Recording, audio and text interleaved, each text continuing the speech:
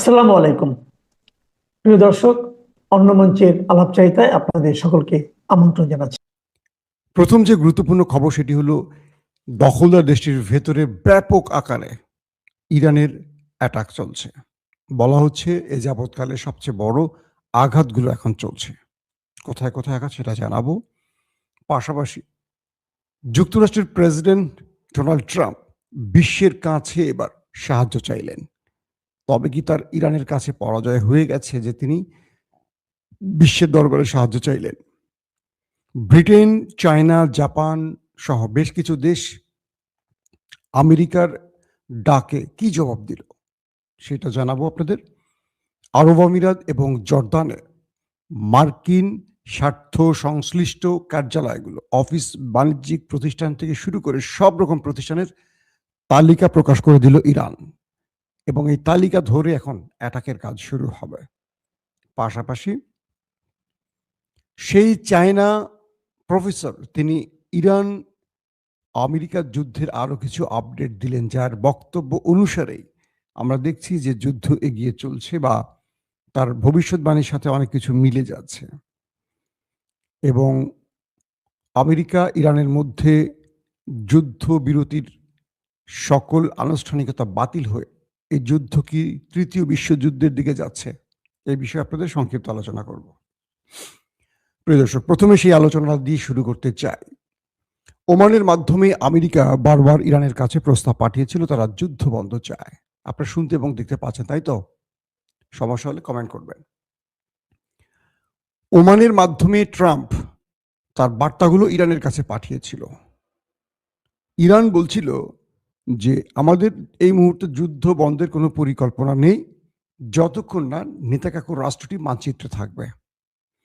দ্বিতীয়ত বলছে এই যুদ্ধ থেকে আমরা তখনই ফিরে আসব যখন মধ্যপ্রাচ্য থেকে পুরোপুরি গাট্টি গুটি গুছিয়ে আমেরিকা চলে যাবে। আর 3 নম্বর, আমাদের দেশে যত আমাদের সম্পদ ধ্বংস হয়েছে, স্থাপনা ধ্বংস হয়েছে এবং যত মানুষ মারা গেছে, প্রত্যেকটির ক্ষতিপূরণ আমেরিকাকে দিতে হবে। এই প্রস্তাবগুলো ইরান যখন ওমানের মাধ্যমে আমেরিকাকে দিয়েছে, তখন আমেরিকা বলেছে তাহলে যুদ্ধ চলবে। এবং ডোনাল্ড ট্রাম্প তার নেভি, এয়ারফোর্স সকল বাহিনীকে নির্দেশ দিলেন সর্বোচ্চ মাত্রায় হামলা করতে।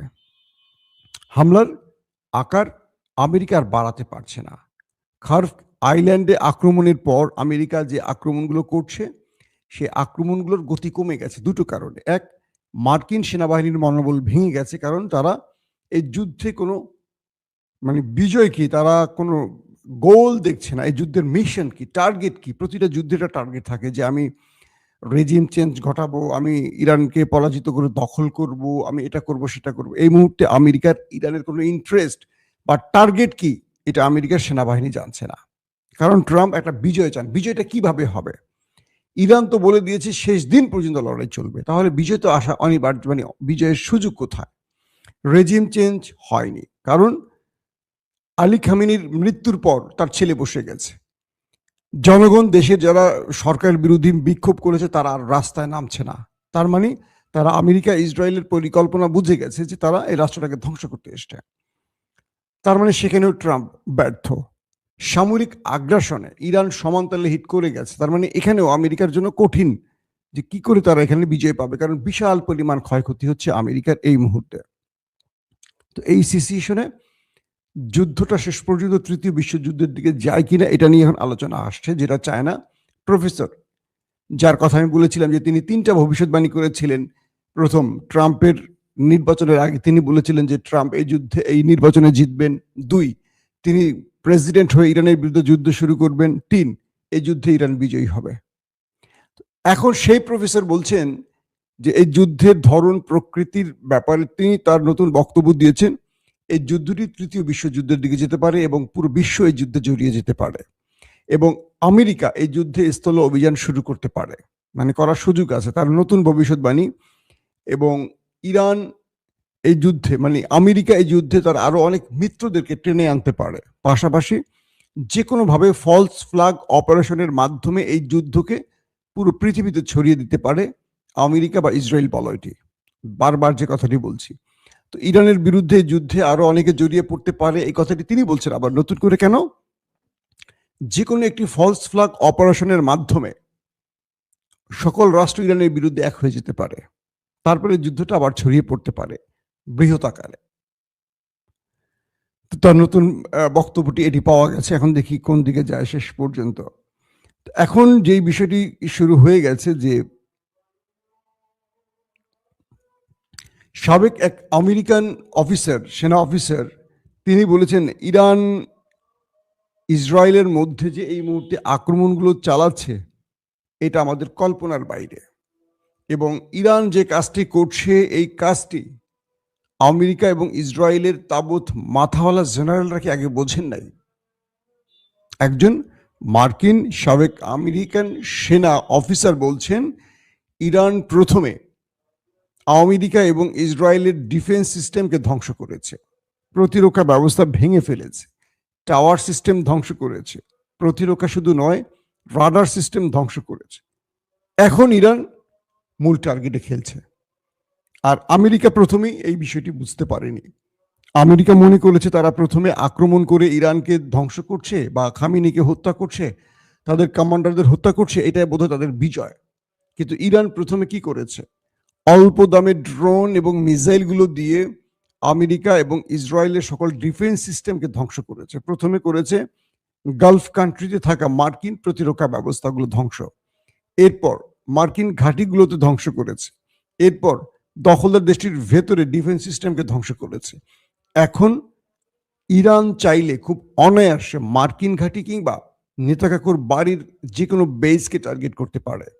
তো তিনি বলছেন এখন যে পরিস্থিতি ঘটছে সেই পরিস্থিতির আলোকে বোঝা যাচ্ছে যে ইরান এখন তার শত্রুকে খুব সহজে টার্গেটে নিতে পারছে, তাকে কোনো বেগ পেতে হচ্ছে না, কষ্ট করতে হচ্ছে না।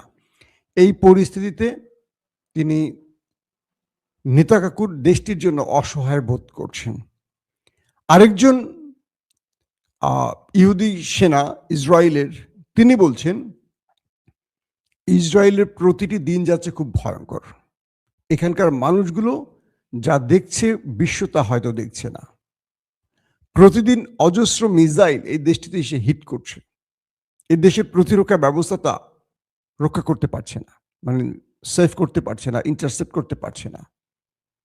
তিনি বলছেন আগামী দিনটা এই দেশের জন্য, ওই নেতা কাকুর দেশের কথা বলছেন, খুব ভয়ঙ্কর বার্তা আসতে যাচ্ছে। বুঝতে পারছেন? আসেন তারপরের গুরুত্বপূর্ণ খবরটি কি। গতকালকে কুদস দিবসের পর থেমে থেমে খামেনি বাহিনী ওই দেশটি নেতাকাকুর বাড়িতে ব্যাপক অ্যাটাক চালিয়েছে, এবং বলা হচ্ছে যে তাদের প্যাট্রিয়ট, আয়রন ডোম, অ্যারো, তাদের থার্ড সকল সিস্টেম এই মুহূর্তে মুখ থুবড়ে পড়েছে। এখন ইরান যে অ্যাটাকগুলো করছে এই অ্যাটাকগুলো তাদের মূল সামরিক স্থাপনার মূল শক্তিকে ভেঙে চুরমার করে দিচ্ছে। কিছু আরাবিয়ান আউটলেট বলছে ইরান কালকে একাধিক ক্লাস্টার বোমা হিট করেছে। এক একটা ক্লাস্টার বোমা যখন ইসরায়েলের আকাশে ঢোকে, তাদের ইন্টারসেপ্ট মিসাইলগুলো সেই মিসাইলটাকে হিট করার আগে সেখান থেকে শত শত ওয়ারহেড বেরিয়ে আসে, যেগুলো একটা ইন্টারসেপ্ট হয় না, এবং এগুলো 15-20 কিলোমিটার অঞ্চল জুড়ে হিট করে। অর্থাৎ একটা মিসাইল আসছে, সেই মিসাইল থেকে 50-এর উপরে, বলে 100 বা 100-এর অধিক আলাদা ওয়ারহেড, আলাদা কি বোমা ধরেন বেরিয়ে আসে 10-15 কিলোমিটার বা তারও বেশি অঞ্চলে ছড়ে পড়ে। তার মানে একটা বোমা দিয়ে কয়েক কিলোমিটারকে কন্ট্রোল করছে ইরান, এবং এটা ওদের জন্য, মানে নেতাকাকুর দেশটির জন্য সবচেয়ে ভয়ঙ্কর হয়ে গেছে। তো কালকে একটি ক্লাস্টার বোমার বিবরণ এরকম আসছে যে ইরানের একটি ক্লাস্টার বোমা যখন উড়ে এসছে তখন এটা বিশাল একটা অঞ্চল জুড়ে তাণ্ডব চালিয়েছে, যার তাণ্ডবে পুরো ওই অঞ্চলটির মধ্যে একটা, মানে কি বলবো, আগুন ধরে পুরো অঞ্চল ধোঁয়ায় আচ্ছন্ন হয়ে গেছে, একটা ভীতিকর অবস্থা তৈরি হয়ে গেছে। তো বলছে যে এই যে কালকের আপডেট, সেখানে বলা হচ্ছে যে দেশটির মধ্যে ভয়াবহ অ্যাটাক হয়েছে, ভয়াবহ, একটি নয়, সিরিজ অ্যাটাক হয়েছে। মানুষ, সেখানকার মানুষ এখন পাগল হয়ে গেছে, তাদের জীবন এখন স্টপ হয়ে গেছে। তারা মানে তাদের সামনের দিনটা কেমন যাবে তারা এখন ভাবতে পারছে না। একটা মানুষ ঘর থেকে বেরিয়ে শেল্টার জোন, তো প্রতিটা ঘরের নিচে এরকম না, নির্দিষ্ট জায়গায় শেল্টার জোন। এই মানুষগুলো প্রতি মুহূর্তে 24 ঘন্টার মধ্যে 48 বার ধরেন শেল্টার জন্য দৌড়চ্ছে। সাইরেন বাজছে, দৌড় দিয়ে শেল্টারে গেছে, কিচ্ছু হয়নি। আবার সাইরেন বাজে নেই, হঠাৎ করে এসে হিট হয়ে গেছে। পুরো আর্লি ওয়ার্নিং সিস্টেম পর্যন্ত ধ্বংস করে ফেলেছে রাডারগুলো ধ্বংসের মাধ্যমে। অর্থাৎ দেশটির ভেতরে গুরুত্বপূর্ণ রাডার সিস্টেম, প্রতিরক্ষা সিস্টেম ধ্বংস হওয়ায় তাদের যে আর্লি ওয়ার্নিং সিস্টেমগুলি এগুলো ধ্বংস হয়ে গেছে। এখন ঠিক মতো সাইরেনও বাজে না, ঠিক মতো তারা জানেও না। এই পরিস্থিতিতে বলা হচ্ছে যে দেশটির মধ্যে ম্যাসিভ আকারে হিট করেছে খামেনি বাহিনী, এবং সেই দেশটার ভেতরে সব জায়গায় জ্বলতে দেখা গেছে, আগুনের কুণ্ডুলি দেখা গেছে। তারপরের গুরুত্বপূর্ণ খবর, মিস্টার ট্রাম্প জাপান, চীন, ফ্রান্স, জার্মান, ব্রিটেন সবার কাছে সাহায্য চেয়েছে ইরানের বিরুদ্ধে লড়াই করার জন্য। তার মানে কি ট্রাম্প ইরানের কাছে পরাজিত হয়ে গেছেন যে তিনি আন্তর্জাতিক বিশ্বের কাছে সাহায্য চাইছেন? জাপান বলেছে যে আমরা এই যুদ্ধে জড়াবো না, কারণ এই যুদ্ধে আমাদের কোনো ইন্টারেস্ট নেই। ব্রিটেন বলেছে এই যুদ্ধে আমরা জড়াতে চাই না, আমরা অন্য কোনো সাহায্য চাই লাগলে করবো, কিন্তু আমরা ইরানের বিরুদ্ধে মার্কিনীদের হয়ে যুদ্ধে জড়াবো না। খেয়াল করেন, সব আমেরিকার মিত্র। চায়নাকে এরপরে ফোন দিয়েছে। চায়না বলেছে সরাসরি যে এই যুদ্ধে ইরানের অধিকার আছে, সেই অধিকার মার্কিন যুক্তরাষ্ট্র পূরণ করুক। কারণ মানে চায়নাকে বলছিল আমেরিকা যে তুমি আমাদের সাহায্য করো হরমুজ প্রণালীতে, মানে এই যে দেশগুলোর কথা বলছি হরমুজ প্রণালীকে অন করার জন্য, চালু করার জন্য এই দেশগুলো সাহায্য চেয়েছে। কেউ এগিয়ে আসতে রাজি হচ্ছে না। চায়না সরাসরি নিষেধ করে দিয়েছে, যারা আমেরিকার ডাকে সাড়া দেবে না। পাশাপাশি ফ্রান্সের 10টি জাহাজ আসছে, এরকম একটি খবর আসছে। তবে ফ্রান্স বলছে আমাদের এই জাহাজগুলো ইরানের বিরুদ্ধে যুদ্ধের জন্য আসছে না। তার মানে আমরা কি বুঝলাম? ডোনাল্ড ট্রাম্প মাইন্ডকে চিপায় পড়ে গেছেন। অ্যাবস্টিন ফাইলের থেকে বাঁচার জন্য, একটা মামলা থেকে বাঁচার জন্য একদিকে নেতা কাকু তার দেশের দুর্নীতির মামলা থেকে বাঁচার জন্য যুদ্ধ করছেন, অন্যদিকে ডোনাল্ড ট্রাম্প এই অ্যাবস্টিন ফাইলের মামলা থেকে বাঁচার জন্য তিনি আমেরিকাকে ইরানের সাথে যুদ্ধে জড়িয়ে দিলেন। এখন এই যুদ্ধ দিয়ে তারা নিজেরা কতদিন নিজেরা বাঁচবেন, এখন পুরো পৃথিবী তাদের উপর থেকে মুখ সরিয়ে নিচ্ছে। তারা এখন পুরো মাইন্ডকে চিপায় পড়ে গেছে। কোনোভাবেই এই যুদ্ধে মানে ট্রাম্প আর তার মিত্রদের পাচ্ছে না, কোনো দেশ তার সাহায্যে এগিয়ে আসতে রাজি হচ্ছে না। অন্যদিকে তিনি তার বাহিনীকে বলছে সর্বোচ্চ মাত্রায় আক্রমণ করতে। কিন্তু আমেরিকা আক্রমণ করবে কি, যার 6টি বিমান একদিন ধপাস করে পড়ে গেছে, যার রিফুয়েলিং বিমানগুলো মানে ধ্বংস হয়ে গেছে, যিনি তার রাডার সিস্টেমগুলো কাজ করছে না, আর্লি ওয়ার্নিং পাচ্ছে না, যার প্রতিরক্ষা ব্যবস্থা কাজ করছে না। দক্ষিণ কোরিয়া থেকে জাপান চেয়েছে, আমেরিকা চেয়েছে তার প্রতিরক্ষা ব্যবস্থা। যখনই দক্ষিণ কোরিয়া ইসরায়েলকে দিয়েছে প্রতিরক্ষা ব্যবস্থা, তখনই উত্তর কোরিয়া দক্ষিণ কোরিয়ায় হিট করে বসে, মিসাইল হিট করেছে। সঙ্গে সঙ্গে দক্ষিণ কোরিয়া বলছে ট্রাম্প বাবা আমার প্রতিরক্ষা আমাকে দাও। উত্তর কোরিয়া আমার সিগন্যাল দিচ্ছে, মানে উত্তর কোরিয়া কিভাবে ইরানের পক্ষে একটা গেম খেলে দিল, বুঝতে পারছেন?